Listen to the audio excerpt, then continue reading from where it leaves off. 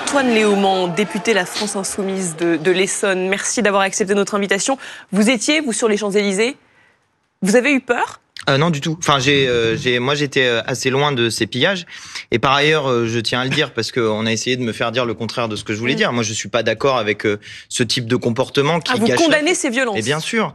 Mais qui peut être d'accord avec le fait d'aller soit piller des magasins, soit s'en prendre à des pompiers, soit s'en prendre à des policiers? Personne ne peut être d'accord avec ça. C'est vrai que ça prêtait à confusion ce week-end quand vous avez dit la police est coupable de perturber la liesse. Trouvez-moi où j'ai dit ça. Je n'ai pas dit ça. Qu'est-ce que vous avez dit alors? Ce que j'ai dit très exactement, c'était que la manière dont était fait le dispositif de maintien de l'ordre sur les Champs-Élysées pour normalement assurer la possibilité de faire la fête. Moi, je suis pas venu piller, je suis pas venu agresser des policiers, je suis venu pour célébrer la victoire du PSG qui a quand même mis 5-0 à l'Inter de Milan et qui est champion d'Europe. C'est une fête, normalement, ce moment-là. Mais vous dites le responsable du chaos, c'est non pas les pilleurs qu'on vient de voir, c'est Bruno Retailleau. Mais je réponds à monsieur Retailleau sur les propos qu'il a tenus, lui. Et je dis que sur ce qui s'est passé sur les Champs-Élysées, ça participait à organiser du chaos. Pourquoi? Et je veux expliquer pourquoi.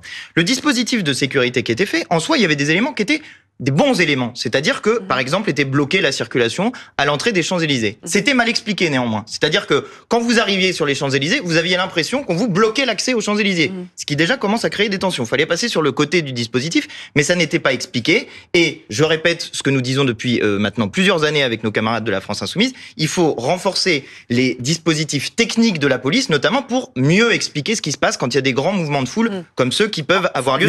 Bruno Pomar, Monsieur Léaumont, ancien instructeur du RAID, est avec nous. Je voudrais juste aller jusqu'au bout de l'explication. Alors attendez, Antoine Léaumont. Je finis juste l'explication. Allez-y, derrière Bruno Pomar, vous prendrez la parole. Ensuite, le deuxième problème, c'est qu'une fois qu'on était sur les Champs-Élysées, ce qui se produisait la plupart du temps, c'était qu'on respirait du gaz lacrymogène. Et ça provoque des mouvements de foule qui sont des mouvements de foule dangereux. Donc je répète ce que je dis, ça organise du chaos et il y a eu un mauvais usage. Mais pourquoi, selon vous, on respirait du gaz lacrymogène? Mais parce que l'usage qui était fait de ces gaz lacrymogènes me semblait excessif compte tenu de l'objectif qui était visé. Monsieur Léaumont, écoutez, vous devriez rester à votre place de député. Évitez de parler de sujets aussi sérieux que la sécurité, parce que visiblement vous n'y comprenez absolument rien. Moi je vais vous dire une chose. Vous étiez au RAID? J'ai pas été correct, j'ai été en CRS. J'ai été à la finale Liverpool-Real de Madrid en 82. Vous étiez sûrement pas né. Et j'ai vu les brutalités, les violences.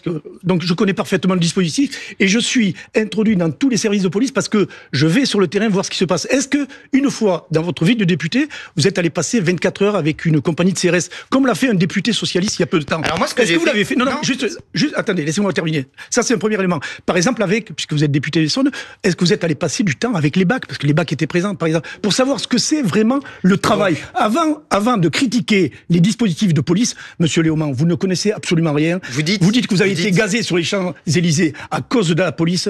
C'est lamentable. Mais vous jetez l'opprobre sur 300 000 fonctionnaires, policiers, gendarmes. Vous m'avez mal compris, monsieur Pomar. Je ne jette pas l'opprobre sur la police ni sur la police en général. Je cible un responsable politique qui est le ministre de l'Intérieur. Vous faites de la politique. Je suis dans mon rôle de député de la République. Vous n'avez pas le droit. Je vais vous dire pourquoi, monsieur Léaumont.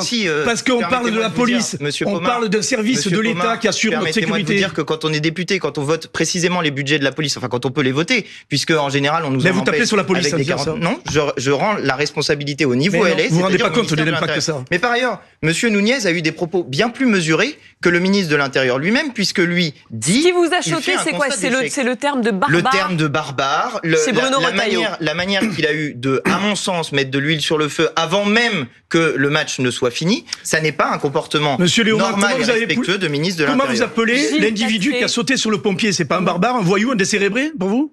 J'appelle ça une personne qui agresse un pompier. Un sympathique jeune de banlieue qui vient s'amuser. Monsieur, une personne qui agresse un pompier, elle doit être arrêtée. Elle doit être arrêtée et jugée. Voilà. C'est un décérébré pour vous. Sauf qu'on a l'impression, Antoine Léaumont, utiliser ces termes-là. Oui, évidemment. Si vous voulez utiliser ces termes-là, moi je considère que c'est une personne violente. Antoine Léaumont, on a l'impression, lorsque vous dites le responsable du chaos, c'est lui, c'est le ministre de l'Intérieur, que vous inversez les responsabilités.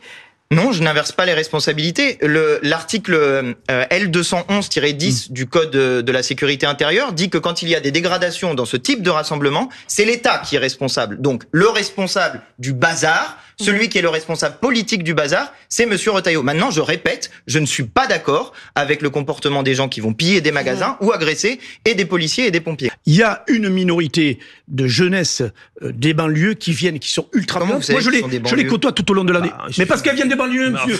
Léomar, mais monsieur Léomar, on le regarde. vous savez quoi, monsieur Léomar? Vous avez demandé les papiers aux gens? Mais monsieur Léomar, je suis un raciste islamophobe. Je suis un raciste islamophobe. Non, ce que je veux dire, c'est allez-y, dans votre rhétorique classique. C'est pas ça. Ce que je veux dire, c'est que vous n'en savez rien. Monsieur Léomar, écoutez. Vous n'en savez rien. Je vais vous dire une chose. Vous êtes député de l'Essonne. Oui. Vous travaillez 10 ans dans les quartiers de Corbeil-Essonne, d'Evry, de Grigny, la Grande-Borne. Je connais le sujet par cœur des banlieues. Vous les connaissez pas. Vous faites que de la politique. Mais non. Oui, non, mais je vous le dis. Et je peux vous assurer que les bandes qui montent, elles sont repérées par les services de renseignement. Non, mais intéressant d'avoir le point de vue quand même d'un ancien instructeur du RAID. Oui, non, mais arrêtez de baratiner. Je vous dis, les réseaux sociaux. Vous m'agressez. Mais vous me dites, qu'est-ce que vous en savez que les banlieues? Je sais que c'est votre terrain de chasse. Je dis juste que vous n'avez pas d'éléments matériels. Oui, moi j'en ai des éléments que vous n'avez pas. Je vous dis, Pharos.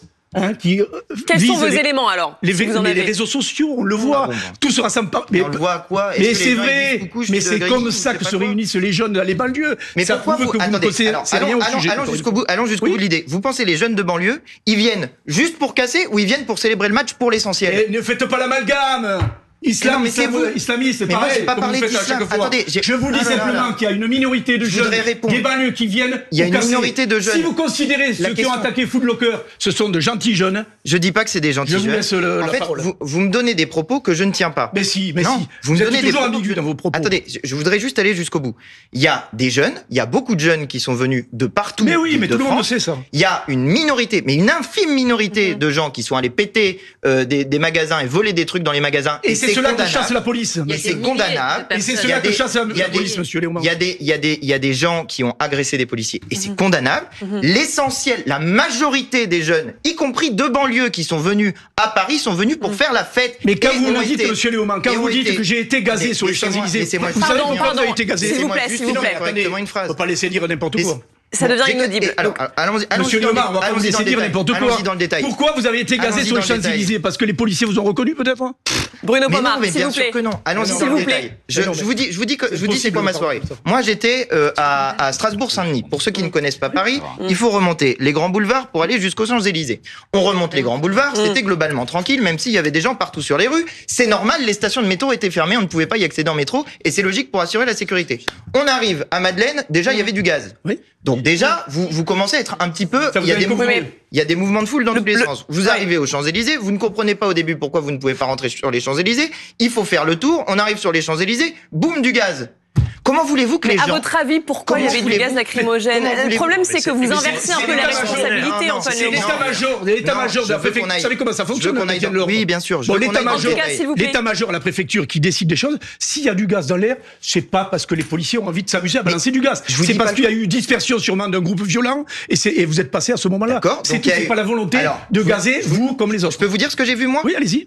Moi, pour le coup, j'y étais. Donc peut-être peut-on se baser sur ce que j'ai vu moi. J'ai vu des usages de gaz lacrymogène qui ne ciblaient pas des gens qui s'attaquaient à des policiers ou qui s'attaquaient à des magasins, qui tombaient au milieu de la foule.